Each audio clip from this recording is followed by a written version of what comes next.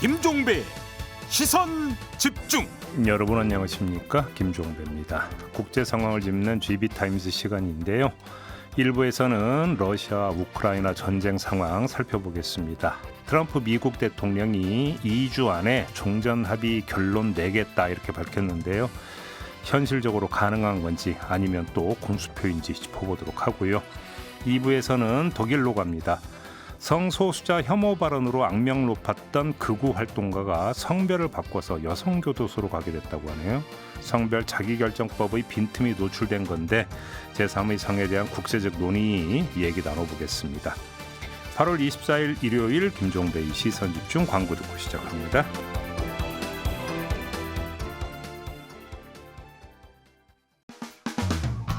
평일에 JB타임즈가 있다면 주말엔 글로벌타임즈가 있다. 테마로 알아보는 국제정치 GB타임즈. 네, 세 분과 함께합니다. 다큐엔 뉴스 코리아의 김영미 대표 모셨고요. 어서 오세요. 네, 안녕하세요. 서울신문의 송현석 기자 모셨습니다. 어서 오세요. 네, 안녕하세요. 그리고 오늘 이분과 함께합니다. 길윤형 한겨레 기자 모셨습니다. 어서 오세요. 네, 안녕하세요. 네, 오랜만에 인사드리네요. 잘 지내셨죠? 네, 한 달 만에 왔는데요. 네. 세 번째는 없는 걸로 이제는. 왜 한 달에 한 번씩 와서 안 돼요. 네. 왜 이렇게 손사래를 세게 치세요? 네.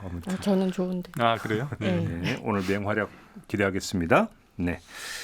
자, 오늘 첫 번째 주제는 러우 전쟁인데요. 뭔가 분수령에 다다른 것 같은 느낌도 좀 드는데 상황 좀 일단 정리 좀 해볼까요? 네, 트럼프 대통령이 2주 안에 결론을 내겠다고 했죠. 이 지난 15일에 이제 러시아와 미국이 만났고 그 이후에 유럽 정상들이 정말 우르르 백악관을 찾아갔습니다. 예. 일부 정상들은 휴가를 반납하고 급하게 넘어간 거라고 하고요. 그 정도로 사실 급박한 상황이었던 게 트럼프와 푸틴의 정상회담 분위기가 굉장히 좋았고 전 세계에서 사실상 푸틴의 승리다라는 평가들이 잇따랐기 때문에 네. 유럽 정상들도 우크라이나도 굉장히 긴장을 했을 겁니다. 그래서 이제 그 다자 회담이 있었고요. 그 이후에 트럼프 대통령이 2주 안에 이 우크라이나 전쟁의 종전 방향을 결론 내겠다라고 이야기를 한 건데 중대 기로에 서 있는 건 맞습니다. 그런데 결론부터 말하자면 사실상 2주 안에 어떤 결론이 나기는 쉽지 않을 것이다. 그러니까 이렇게 시한 딱 2주 안에, 네. 뭐 8일 안에 이거 한 번도 안 지켜졌잖아요. 한 번도 지켜진 적이 없고요. 그러니까. 그리고 사실상 이 흐름을 봤을 때 러시아가 지난 6월부터 엄청나게 공세를 했어요. 왜냐하면 미국하고 곧 만날 거라는 그게 계속 이야기가 주고받고 있는 상황이었기 때문에 그러면 한 뼘이라도 영토를 더 차지한 상태여야 협상 테이블에 올라갔을 때 훨씬 더 유리하게 이야기를 할 수 있기 때문에 근데 잘 생각해 보면 이번 전쟁의 포인트가 두 가지거든요. 하나는 우크라이나의 나토 가입이잖아. 근데 이게 이제 애초에 러시아가 주장하는 게 전쟁의 시작이 나토의 동진이었기 때문에 이거 자체가 받아들여질 리는 없습니다. 미국하고 유럽연합도 이미 반대를 했고요. 또 하나의 포인트가 영토인데 이 우크라이나가 빼앗긴 영토를 양보하고 안보 보장을 얻어낼 것인가 아니면 끝까지 싸울 것인가 지금 이 기로에 서 있는 거거든요. 그런데 이번 주에 있었던 연이은 회담들에서 트럼프는 이 우크라이나와 러시아가 직접 영토 문제를 결정하라고 공을 넘겨놓은 상태예요. 그러니까 그 얘기를 좀 한번 해보죠. 그러니까 네. 아무튼 푸틴은 돈바스를 주면 네. 여기서 끝내겠다라는 입장이잖아요. 그, 근데 우크라이나 입장에서는 우리 땅을 떼주는 거잖아요. 제가 이거 트럼프 대통령의 그 푸틴과 회담 직후에 이제 우크라이나 쪽의 리액션을 보니까 어린 반푼어치도 없다는 반응들인 국민들 거예요. 반응이? 네, 왜냐하면 우리를 치면 경상도를 떼주는 거거든요. 지금 그러면 그쪽 출신들이 지금 피난 나와 있는데 다시 고향으로 못 돌아간다는 거죠. 이제 러시아로 돼버리면 그리고 어쨌든 이쪽이 우크라이나 영토였다가 이렇게 무력으로 영토를 빼앗긴 건데 이게 사실 한번 성공하기 시작하면 러시아는 그것만 원하는 게 아닐 것이다. 영토를 더 원할 거고 또 기타 이제 다른 나라들이 있잖아요. 옛날에 구소련 연합에 같이 있었던. 그래서 그런 나라들에게도 영향을 미치는 거죠. 이제 무력으로 침공해서 영토 빼앗기 이런 식으로 돼버리면 안 된다라는 그런 의견이 많습니다. 아니 우리 영토 떼준다는 그 자체도 말이 안 되는 건데 근데 예를 들어서 그러면 반대 국보가 너무 좋아가지고 뭐 이 정도로 한번 딜할 수 있겠다 정도면 될 수 있는데 근데 지금 나토 가입도 안 돼. 그렇죠. 그다음 미군 주둔도 거부한 거잖아요. 그러니까 거의 이제 그래서 패전국이죠. 그래서 이렇게 이게 되면. 그 트럼프랑 그 푸틴이랑 알래스카에서 만났잖아요. 그 15일 상황을 보고서 저는 굉장히 절망했습니다. 아 이게 그때 푸틴이 얘기했던 게 뭐냐면은 그 영토가 이제 침공한 게 이제 그 동부에 4개 주잖아요. 그때 돈바스라는 데가 있어요. 돈바스는 루안스크 도네츠크 이게 원래 푸틴이 얘기했던 전쟁의 명분이었고 또 크리미아를 2014년에 먹었으니까 여기랑 연결해야 됩니다. 그 연결할 선에 있는 주가 자포리자 헤르손이 있습니다. 근데 그래가지고 푸틴이 얘기했던 건 뭐냐면은 돈바스를 지금 다 못 먹은 거예요. 한 88% 먹었대요. 네네네. 근데 그 우크라이나가 엄청나게 버티고 있어가지고 먹기가 쉽지가 않아요. 그러니까 그거를 그냥 우리한테 양보해주면은 여기서 그냥 끝내겠다라고 얘기한 거예요. 푸틴이 막 아니 트럼프가 막 동의하는 것처럼 돼가지고 아 큰일 났다 이제 어떻게 하냐 우크라이나 망했다 이렇게 해가지고 지금 굉장히 우울했는데 18일에 또 이제 그 우후 가가지고 유럽 정상들이랑 젤렌스키랑 만난 거예요. 그래가지고 그 자리에서 트럼프가 젤렌스키한테 정말 너 이 영토 안 떼주면은 너 안 도와주고 너 이제 끝이야. 이럴 줄 알았더니 유럽 정상들이랑 쭉 가가지고 트럼프를 어떻게 설득했는지 영토 얘기는 하나도 안 하고 그 안전보장 얘기만 한 거예요. 그래서 트럼프가 얘기했던 게 뭐냐면은 내가 베리 굿 시큐리티를 제공하겠다. 막 베리 굿 뭐 개런티를 제공하겠다 이렇게 얘기한 거예요. 그러고 나니까 러시아 입장에서는 푸틴을 속아 넘겼다고 생각했는데 그 젤렌스키랑 유럽 정상들이 가가지고 뒤집어서 이게 도대체 뭐가 합의가 뭐야 그러면? 알 수가 아니, 근데 없어졌어요. 네. 처음부터 저는 최종 목적은 푸틴이 아니라 유럽 정상들이 와서 해주는 약속들 이게 목적이겠다라고 생각을 했었어요. 그러니까 푸틴 찍고 유럽에서 또 얻어낼 거 얻어낸다. 푸틴은 이제 약간 사다리처럼 이렇게 건너가는 뭐 이런 거고 사실상 지금 우크라이나가 미국의 무기를 대거 사준다고 지금 그날 약속을 했고 뭐 유럽 정상들도 미국에 좀 유리할 수 있도록 네. 가서 엄청 그 립 서비스를 했습니다. 예, 그런 거 많이 했잖아요. 근데 그게 뭐냐면 러우 전쟁의 주도권을 누가 쥐고 있느냐? 트럼프가 쥐고 있거든요. 그러니까 이렇게 하는 게 그렇게 하고자 하는 것이 트럼프의 처음부터의 의도 아니었을까라고 근데 생각해요. 제가 이 트럼프랑 협상을 하면 제가 늘 느끼는 건데 칭찬받는 거 좋아하고 자기가 위대해져야 되고 자기가 승자가 돼야 되잖아요. 근데 이런 벌써 3년을 넘게 두 나라가 싸운 거예요. 뭐 수십만 명이 죽고 엄청나게 피해가 났으니까 이게 정전이라는 게 쉽게 될 수가 없거든요. 엄청나게 디테일 가지고 싸워야 되고 서로 뭐 멱살 잡고 삿대질을 해가면서 겨우 어렵게 하나하나 디테일을 쌓아가서 합의를 해야 되는데 트럼프한테 가가지고 다 그냥 트럼프 눈치만 보니까 합의가 안 돼. 자세한 내용이. 그러니까 이게 굉장히 결론이 지금 안 나오고 알겠습니다. 너무 그래, 달라요. 양쪽 얘기가 지금. 지금 저 구치소에 계신 분이 자칭 영업사원 1호라고 했잖아요. 근데 영업사원 1호는 따로 있었더만 보니까 트럼프가 그러더만 보니까. 네. 그런 거 아니겠습니까? 근데 일단 여기서 잠깐 그러니까 쉬어가는 코너로 트럼프가 뭐라고 했냐면 전쟁 중재에 나선 이유를 천국에 가고 싶어서라고 했는데 이 천국이 뭐예요? 그러니까 천국에 가기 위한 조건이 뭔지 저는 잘 모르지만 예. 일단 이거 자체가 지금까지 했던 너무 많은 거짓말들이 있잖아요. 거짓말하면 천국 못 가는 거 아닙니까? 그냥 저는 잘 모르지만. 좀 고생하게 공수표 정도로 합시다. 네, 공수표로. 네, 그러니까 뭐 우크라이나 전쟁 24시간 내에 끝내겠다고 해놓고 사실상 이거는 뭐 당연히 지금 파이가 됐고 그리고 성경에서는 엄연히 죄를 지은 사람뿐만 아니라 죄를 방관하는 사람도 벌을 받는다고 했습니다. 근데 지금 미국은 이 전쟁에서 전혀 제3자가 아닙니다. 제3자가 아닌 상태고 이 블라디미르 푸틴이라는 독재자가 자신의 권력을 오래도록 유지하기 위해서 무력을 동원해서 벌어진 게 이번 전쟁인데 근데 미국은 어떻게 이 전쟁에서 전혀 무관하다고 말할 수 있겠냐는 거죠. 사실상 어떤 협상력을 발휘하든 무력을 발휘했든 뭐 다양한 방식으로 사실 이 전쟁을 조금 더 빨리 종전의 방향으로 이끌어갈 수 있는 기회가 여러 차례 있었음에도 불구하고 사실상 끌어온 거예요. 끌어오고 아까 이제 기자님 말씀하셨지만 트럼프가 어느 쪽으로 가 있는지 도저히 모르겠다. 왜냐하면 그러니까 21일 새벽만 하더라도 트럼프가 우크라이나한테 러시아 니들 공격할 수밖에 없을 거야라고 이해하는 듯한 F적인 발언을 합니다. 근데 누구나 알고 있잖아요. 이 트럼프는 푸틴에 기울어져 있다는 거를. 그러니까 이거를 이렇게 해놓고 왜 천국을 가고 그러면 싶어하는지. 정리를 해보세요. 세 분이 한번 진단해 보세요. 트럼프의 속마음. 트럼프가 진짜로 원하고 하고자 하는 게 뭐라고 제가 생각하세요? 봤을 땐 트럼프는 그냥 손 안 대고 코 푸는 거예요. 손 안 대고 그러니까 미국에 어쨌든 간에 바이든이 들어가가지고 무기도 주고 뭐 그래가지고 미국이 뭐 괜히 쓸데없는데 매달렸다는 거고 기본적으로 마가의 생각은 계속 해외 분쟁에 들어갈 필요가 없다는 거잖아요. 그래서 일부 뭐 국방부에서는 동아시아에서 중국에 대적하기 위해서는 하지만 유럽에서는 좀 빠져야 된다는 거거든요. 그래서 트럼프는 목적이 손 안 대고 코 푸는 거, 네, 코 풀어야 되는데 그러려면 자기가 이제 그 아까 여러 가지 책임이 있으니까 어떤 책임을 져줘야 되니까 우크라이나가 3년이나 싸웠는데 우크라이나 안전보장에 대해서 명확하게 얘기를 해줘야 되죠. 근데 네. 손 안 대고 코 풀어야 되니까 이건 유럽에 떠넘기고 그렇죠. 그래서 그 러시아 입장에서는 어쨌든 간에 자기들이 그 침공을 해가지고 푸틴한테도 이제 뛰어든 명분이 있었던 거잖아요. 그거는 그 우크라이나를 사실상 속국화하는 거예요. 자기의 범위 안에 그 영향권 범위 안에 두려고 그랬는데 그럼 푸틴에 좀 때려 부셔가지고 그러지 마 그래야 되잖아요. 근데 또 그건 안 하려고 그러고 그러니까 이게 굉장히 어려운 싸움을 3년 반이나 했는데 이게 그 합의를 할 수 있는 이게 조건이 안 맞아요. 네. 근데 그러면 우크라이나 젤렌스키가 받을 여지도 없는 거잖아요. 여지가 없는 거죠. 저 푸틴과의 협상 끝나고 젤렌스키 대통령이 막 광분해서 회담 발표를 했잖아요. 이거는 민스크 협정 위반이기도 하고 민스크 협정이라는 거는 그 전에 이제 러시아하고 그러니까 이렇게 전쟁으로만 하던 시대가 아니라 우크라이나하고 러시아하고 잘 되던 시기가 있었어요. 그게 2014년, 15년인데 그때 이제 민스크에서 서로 협정을 맺었거든요. 여기 무력으로 뭐 하지 말고 이렇게 말로 해보자 뭐라고 해서 협정을 맺은 건데 이제 뭐 그거 위반이고 일단.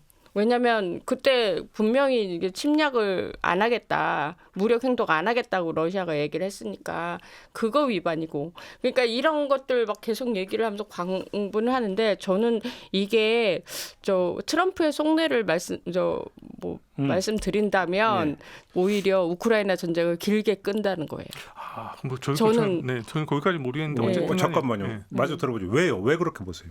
어쨌든 지금 이게 지금 우크라이나 현장에는 미국 무기업체 기업들도 되게 많이 들어와 있거든요. 그런 제가 면에서? 거기서 취재할 때 이 사람들이 아주 그러니까 장기간 기획을 세우고 와서 뭔가 이렇게 전투에 참여하고 막 그런 여러 회사가 있어요. AI 회사도 있고 뭐 안면인식, 네. 어디 드론도 있고 뭐 여러 가지 회사가 들어와 있는데 여기서 실전 경험치를 쌓는 거 보고 되게 놀랬거든요, 제가. 근데 만약에 2주 안에 끝내면 이 회사들이 다 나가야 되는데 그렇게까지 트럼프 대통령이 하지 않을 것 같다라는 생각이 들고 이게 올해 안에도 안 끝날 것 같다라는 생각을 하는 건 이 지금 현재 만약에 2주 안에 끝낸다라고 하고 무슨 마스터 플랜이 나오면 모르겠지만 사실 그게 아닌 거고 유럽 정상이 이렇게 막 달려오잖아요. 그러면 트럼프의 관심은 관세도 굉장히 많고 유럽과의 관계에서 본인이 이런 거를 조건으로 내세웠을 때 우크라이나 평화와 관세 바꿀래라고 했을 때 굉장히 유리한 위치에 있잖아요. 그래서 아니 이렇게 유리해지는데 이거를 왜 끝내야 되겠어요? 그래서 뭐 저는 거기까지는 잘 모르겠는데 어쨌든 저도 이게 2주 안에는 안 된다고 봅니다. 이게 딜이 되려면은 2주 안에 되겠어? 조건이요. 그러니까 뭐 저 딜이 맞아요. 딜이 뭐냐면은 영토랑 우크라이나가 만약에 정말로 너무 어려운 전략적인 결단을 해서 안전이겠죠. 영토를 어느 정도 떼주려면 그러니까 안전 보장을 받아야 되잖아요. 그러니까 우크라이나 입장에서는 3년 반이나 싸우고 사람이 그렇게 죽고 영토가 20%가 뺏겼는데 다시는 러시아가 쳐들어오지 않는다는 안전 보장을 받아야 되는데 그 안전 보장의 조건에 대해서 우크라이나가 생각하는 것과 러시아가 인정할 수 있는 게 전혀 다릅니다. 그렇기 때문에 러시아 입장에서는 우크라이나에 이를테면 미군은 당연히 말도 안 되고 그러니까 유럽군, 나토군이 들어오는 것도 이게 자기네들 받아들일 수 없다는 거거든요. 근데 뭐 젤렌스키 입장에서는 어쨌든 간에 나토군이 들어와서 최소한 여기서 침공을 받으면 인계철선 비슷하게 그런 역할을 해줘야지 이걸 받을 수 있는데 러시아는 그건 안 된다는 거고 우크라이나는 그게 없으면 못 한다는 거고 근데 어떻게 딜이 될 수가 없죠. 그러면은 트럼프가 굉장히 그 자기가 중심을 잡고 우크라이나 요구도 찍어 누르고 러시아의 요구도 찍어 누르고 해서 뭔가 딜을 만들어야 되는데 이 할아버지는 그기까지 할 생각은 없어요. 그러니까 이게 안 되는 거죠. 기본적으로 그러면 안 된다고 봅니다. 네. 여기서 트럼프는 그래 그러면 우리 빠질게 니네끼리 알아서 해 이럴 가능성. 뭐 그럴 수도 있죠. 지금도 아니, 그런 식으로 이제 발을 자꾸 빼려고 해서 이 안전보장과 관련한 그 논란들이 많은 거예요. 예컨대 이제 기자님 말씀하신 것처럼 미국이 정말 중심을 잡고 본인이 천국에 가기 위해서든 어떻게 해서든 빨리 전쟁을 끝내고 싶었다면 확실한 안보 보장을 주면 됩니다. 그러면 우크라이나는 실질적으로 젤렌스키가 그럼 우리 안보 보장이 확실하다 그러면은 지금 영토 잃은 거 포기할 수 있어라는 얘기까지 했어요. 그런데 그 약속 하나를 지금 안 주고 있는 거거든요. 근데 안 주고 있는 것도 모자라서 처음에는 나토식 뭔가 나토에 가입한 어떤 국가로서 이건 안 되지만 어떤 나토와 유사한 방위의 안보를 우리가 제공해 주겠다라고 얘기했다가 그 다음날 또 말이 바뀌는 거예요. 그러니까 이게 그러면서 하는 말이 유럽의 문제는 유럽이 해결해라. 라고 이야기를 하면 유럽 입장에서는 다 같이 우르르 몰려가서 기껏 좋은 분위기 만들어놨는데 비행기 타고 돌아오고 나니까 트럼프가 SNS에 또 다른 말 써놨어요. 이게 지금 무한 반복입니다. 아니 그러니까 예를 들어서 그러니까 미군 주둔 같은 경우는 지금 우리하고도 연결돼 있는 게 지금 주한미군의 성격을 바꾼다. 그래서 뭐 네. 감축을 한다. 전략적 유연성을 강화한다. 그래서 뭐 들락날락할 수 있게 만든다. 더 범위를 넘어서 세계 주둔 미군의 구조조정을 한다. 이런 게 지금 네. 미국 국방성에서 추진하고 있는 부분이잖아요. 네. 근데 주둔군을 더 만든다?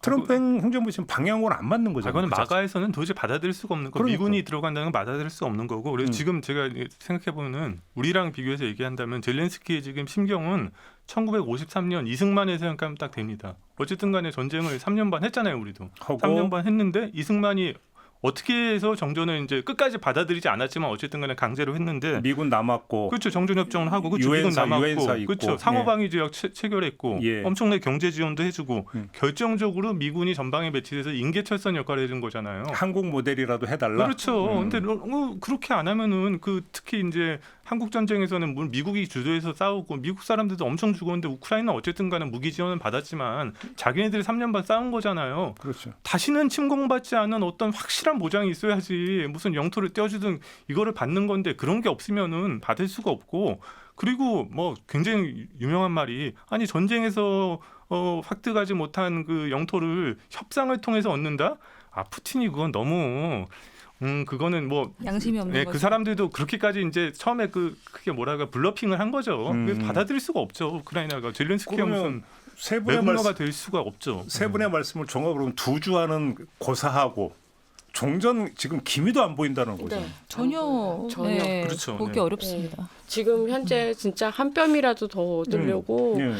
우리 왜 6.25 때 고지전 했잖아요. 네 맞아요. 고지전이 절의 삼각지 뭐 해가지고 네, 예. 고지전이 그냥 그 도네츠크 그 일대부터 시작해서 예. 진짜 돈바스 지역이 고지전이에요 지금. 정말 많은 사람들이 오늘도 죽어 나갈 거고 어제도 많이 죽어 나갔는데 정말 우크라이나군이 하루에 500명 전사해요. 어휴.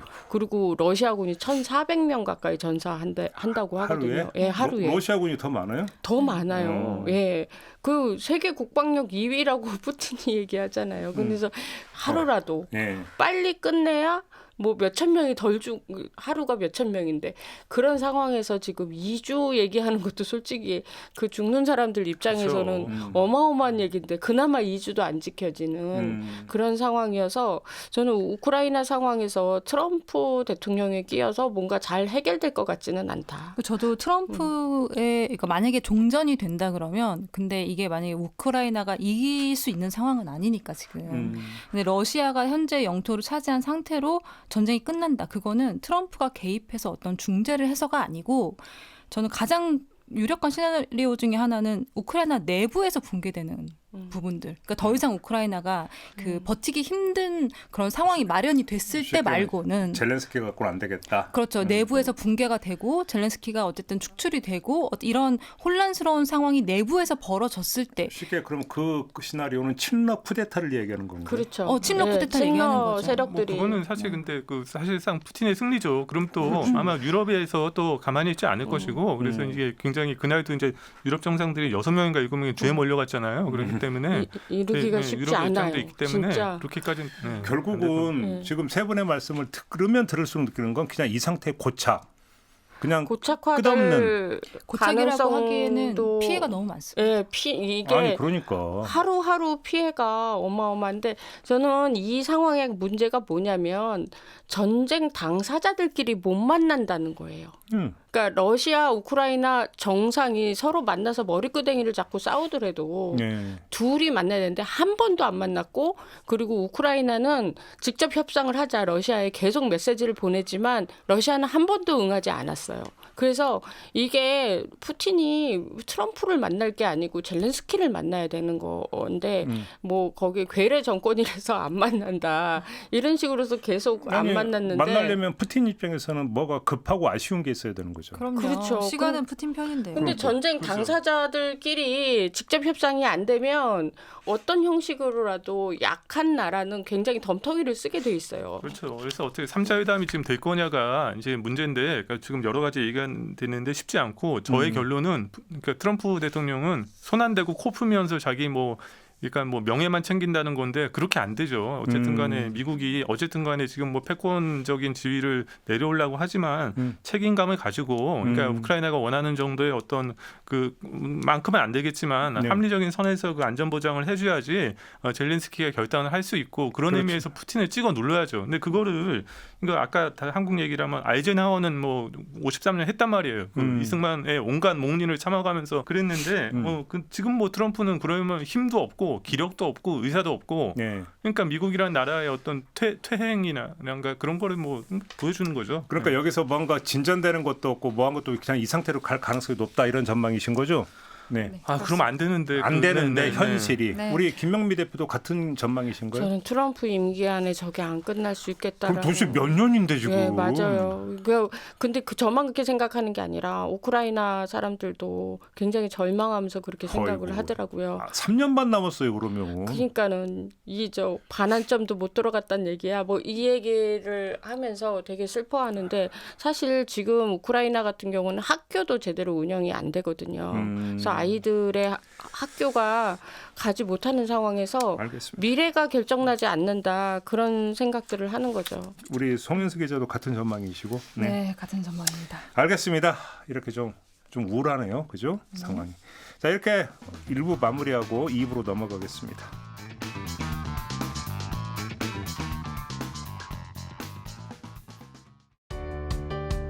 때로는 날카롭게, 때로는 삐딱하게, 그러나 매 순간 섬세하게 시선이 필요한 우리 사회 곳곳을 살펴봅니다. 김종배의 시선집중. 네, 김종배의 시선집중 일요일 코너 GB타임즈 세 분과 함께하고 있습니다. 김영미 대표, 송현석 기자, 길윤형, 한결의 기자 세 분과 함께하고 있는데요. 이번에는 독일로 가겠습니다. 성소수자 혐오를 일삼던 극우 활동가가 성별을 바꾸고 여성교도소에 들어간다고 하는데 도대체 이 사람은 어떤 사람입니까? 네, 이 마를라스 베냐 리비히라는 이제 남성 또는 여성이고요. 성소수자 발언으로 악명이 굉장히 높은 극우 활동가인데 2023년 7월에 증오 선동, 명예훼손, 모욕 혐의로 1년 6개월의 징역형을 선고받았습니다. 네. 그러다가 지난해 겨울에 독일의 성별 자기 결정법 허점을 이용해서 법원의 허가도 없이 남성에서 여성으로 성별을 바꾸고 성전환 수술한 거예요? 아닙니다. 그냥 서류상으로 성별을 바꿨어요. 서류상으로만? 아니 네. 그게 가능해요? 그게 허점이라는 겁니다. 이 성별 자기 오늘의 이제 포인트인데 네. 성별 자기 결정법의 이제 포인트인데 허점인데 14세 이상이면 누구나 법원의 허가 없이 행정적으로 성별과 이름을 변경할 수 있고요. 성전환 수술도 필요하지 않습니다. 신체적 성전환 그러니까 수술을 안 해도 네. 나 지금부터 여성으로 살래. 네. 하면 그러면 우리나라 기준으로 하면 주민등록번호가 이제 맞아요. 뒷자리가 이제 1이 아니라 2가 되고 뭐 이렇게 그렇죠. 된다는 그러니까 얘기입니까? 우리로 치면은 그냥 동사무소 가서 그 주소 변경하잖아요. 주소를 변경하는 건 누군가의 허가를 필요로 하지 않잖아요. 그거랑 비슷한 절차로 성별을 스스로 결정하고 바꿀 수 있는 겁니다. 근데 그렇게 네. 했고 네, 그렇게 했어요. 굉장히 중요한 얘기를 하셨는데요. 이게 그 핵심이에요. 이게 허점이냐. 그렇게 이제 자기 의사에 따라서 어떤 원래는 그렇게 성별을 바꾸려면은 전에는 무슨 성기를 제거를 한다거나 그런 외과적인 수술을 받거나 약간 이런 게 의무화가 됐다가 두 번째는 그건 너무 신체에 너무 큰 고통을 주고 너무 이게 인도적으로 문제가 있다 해서 인권 침해다라고 판단해서 어떤 발생인지 그러니까 알겠네요. 정신과 의사가 2명 이상이 이 사람은 정말로 스스로를 여성으로 보고 생각한다. 있다라고 생각하는 그게 필요했던 거예요. 2명이 그 전까지는 의무가 있었는데 이제는 그게 없이 본인의 판단으로 인해서 내가 주민등록증에 써 있는 건 남자라고 써 있는데 나 아무리 생각해도 내 성정체성은 여성이야라고 본인이 판단하면은 그 판단을 존중해서 그냥 바꿔주겠다는 거거든요. 그러니까 허점이라고 볼 수도 있지만 굉장히 철학적인 전환인 거예요. 그렇죠. 근데 아무튼 그래서 성별을 바꿨어요? 네, 그래서 바꿔가지고 이제 그 법원, 이 사법당국이 결국은 여성 교도소로 들어가라는 명령을 내린 거예요. 일단 복역을 하니까 교도소 가는데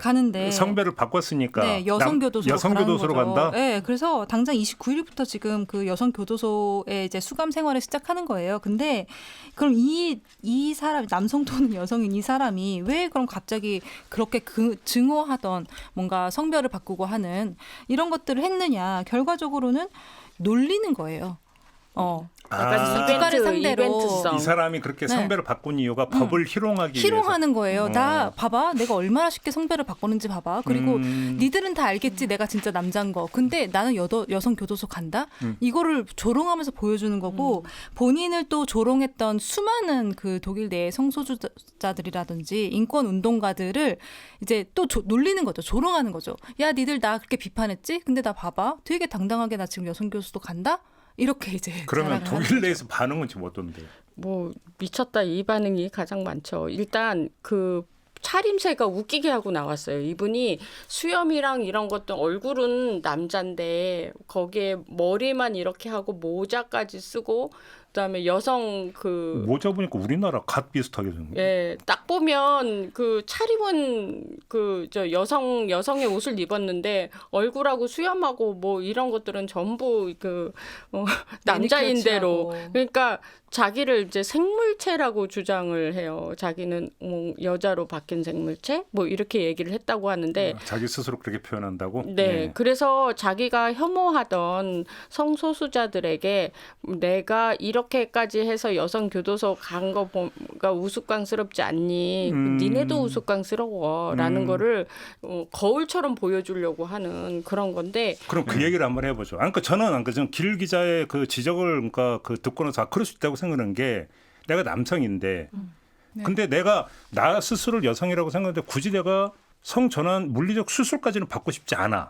그럼 그것도 사실은 또 인정을 해야 되는 거 아니냐? 처음에 이게 이게 성동일성 장애라고 하는 거잖아요. 나는 생물학적으로는 남성인데 내 성체 정성은 여성이야. 이게 옛날에는 이거를 정신병으로 본 거예요. 교정의 대상에 바꿔야 된다. 근데 점점 이제 인권 인식이 나아지면서 이것은 질병이라기보다 우리가 그거를 인정을 해줘야 된다라고 해서 이제 법적으로 이거를 바꿀 수 있게 해주고 70년대부터 스웨덴에서 처음 시작해 바꿀 수 있게 해주고. 이게 원조가 스웨덴이. 네, 그러니까 이거를 성별을 바꾸게 인정을 해준 거예요. 근데 좀 이렇게 외관상 보면은 어떤 성기도 있고 여러 가지 남성과 여성의 차이가 있잖아요. 이런 거를 여성답게 만들어야지. 성기를 제거하고 호르몬을 맞고 이래야지 바꿔주는 걸로 의무가 됐었던 거예요. 근데 그게 너무나 큰 고통이니까 그걸 그러지 말자. 그러니까 그럼 우리 사회에 뭐가 필요하다. 알고 있는 것처럼 성전환 수술을 해가지고 물리적 시술을 해가지고 성이 전환된 경우에 성별을 정정해 주는 것은 뭐 그렇다 치고 지금 독일 같은 이런 사례의 법제가 지금 작동되고 있는 나라가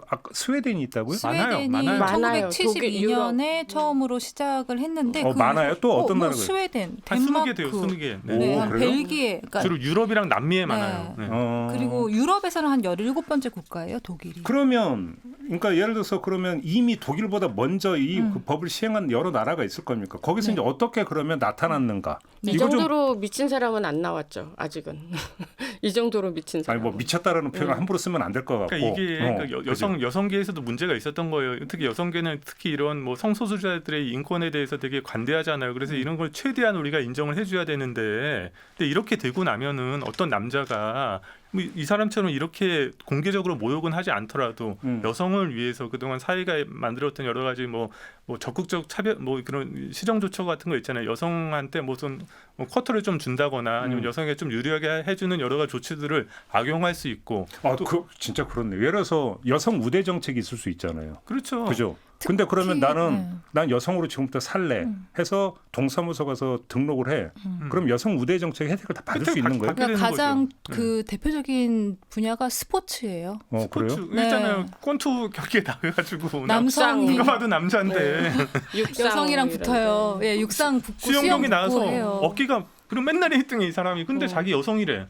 그래서 트럼프 대통령이 여러 가지 얘기를 해서 이거 근데- 꼴보기 싫다고 저는 그거는 좀 동감했습니다. 예. 왜냐면 신체 능력을 겨루는 영역에 있어서는 좀 다르게 봐야 되는 거 아닌가요? 그러니까 스포츠계에서는 이게 가장 큰 문제로 이제 작용이 된 거고. 아니 근데 네. 그럼에도 불구하고 이 법 취지는 이해가 되겠어요. 무슨 이야기인지. 그렇죠. 이해는 됩니다. 예. 애초에 유럽의 여러 국가들이, 그러니까 스웨덴을 시작으로 유럽의 여러 국가들이 이 법을 도입한 1970년대 도입한 이유도 알겠고, 그리고 특히 스웨덴 같은 경우는 지난해, 그러니까 이런 지금 현재 이 독일에서 같은 사례, 아주 극단적인 사례가 크게 없었기 때문에 지난해 이 법적으로 성별을 변경을 할 수 있는 가능 연령을 오히려 낮췄어요. 19세에서 오히려 16세로. 적용 대상을 더 확대했다. 더 확대한 겁니다. 어. 그 정도로 뭔가 이 법에 대한 긍정적인 영향들을 주목하고 이제 그거에 대한 긍정적인 평가들을 내놨던 게 사실 이 성별자기 그 판단법인데 네. 이게 지금 독일에서 이런 사례가 나왔다는 거는 일단은 독일이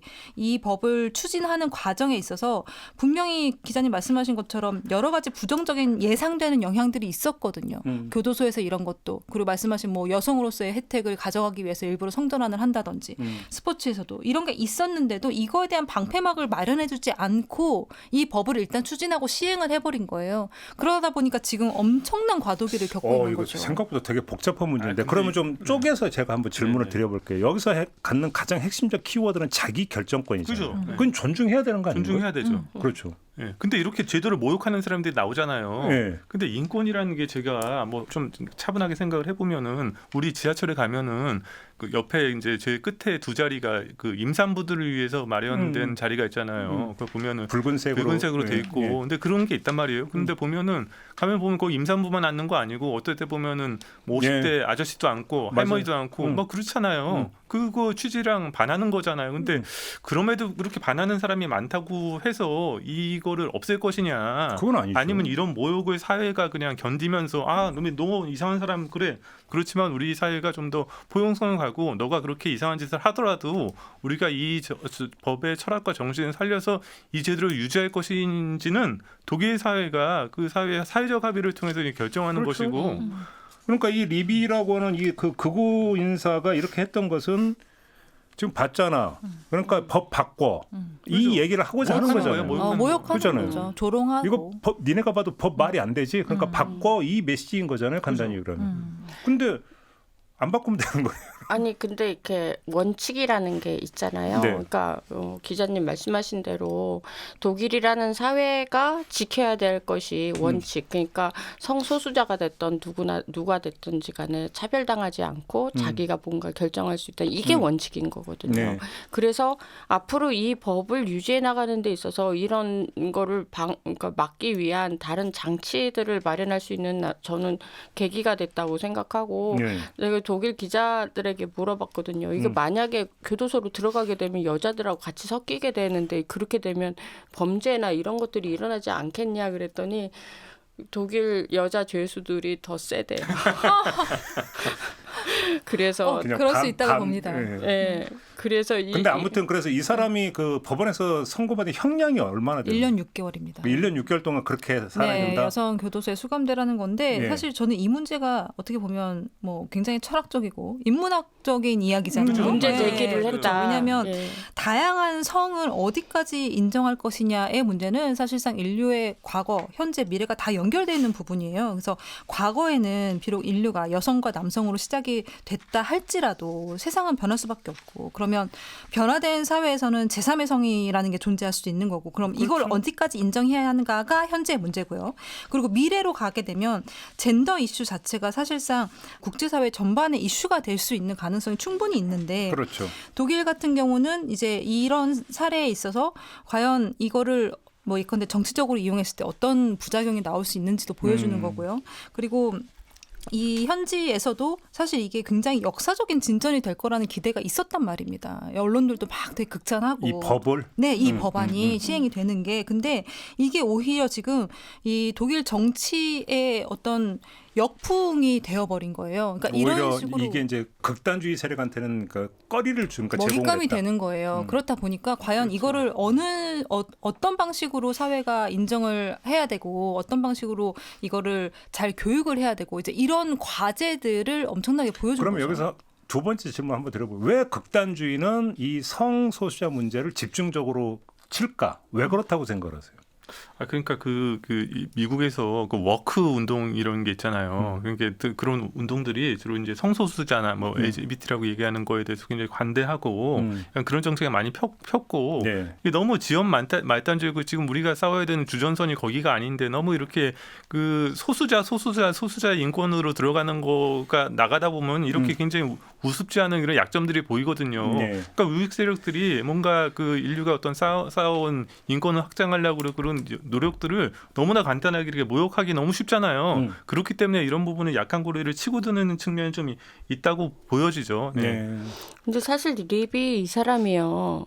출신이 네오나치예요. 그러니까 극우가 다 나치는 아닌데 그러니까 극우 중에서도 극우가 네오나치란 말인 거죠. 예. 그래서 이 분이 극단적인 생각을 갖고 있는 상황에서 그러니까 물론 이 사람의 의견을 무시하겠다는 건 아니지만 이름으로써 본인이 뭔가 이렇게 형법에 어긋나는 피해를 깜빵에서 주지 않는다 하면 본인은 들어가서 뭐 여성으로서 충분히 살 수 있다라는 생각을 하는 거잖아요. 근데 이렇게 되면 앞으로 이제 이 독일 극우의 영향력이 더 커지고 있는 상황에서 이런 이벤트가 하나씩 성공을 하면 더 이제 독일 사회는 계속 극우가 확장되지 않을까라는 우려를 하고 있더라고요. 왜 극우 쪽에 이런 젠더 이슈를 가지고 이렇게 조롱하고 먹잇감 삼는 사람이 많은가에 대해서 고민을 해봤는데